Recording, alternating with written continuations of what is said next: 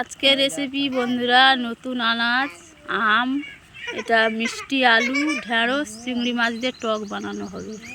টক বসানো হবে, কড়া বসিয়ে দিয়েছি। কড়া গরম হয়ে গেছে, পেঁয়াজ আর কাঁচা লঙ্কা দিলাম, তেল, চিংড়ি মাছ দিলাম,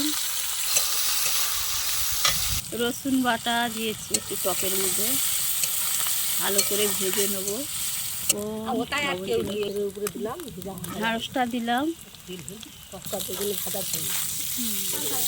হলুদের গুঁড়া দিলাম, হালকা করে লঙ্কা গুঁড়ো দিলাম,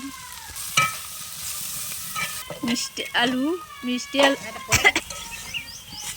একটু পানি দিয়ে কষবো।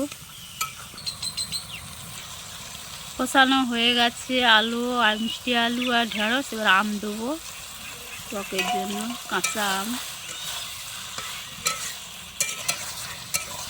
আমও সিদ্ধ হয়ে গেছে, মিষ্টি আলুও সিদ্ধ হয়ে গেছে বন্ধুরা। টকে পানি দিলাম। হ্যাঁ, টকটা একটু বাকি আছে বন্ধুরা, হয়ে এসছে। টকটা একটু নুন দিলাম বন্ধুরা। টক হয়ে গেছে, ঢেলে নেব। টক হয়ে গেছে, নামিয়ে নিয়েছি।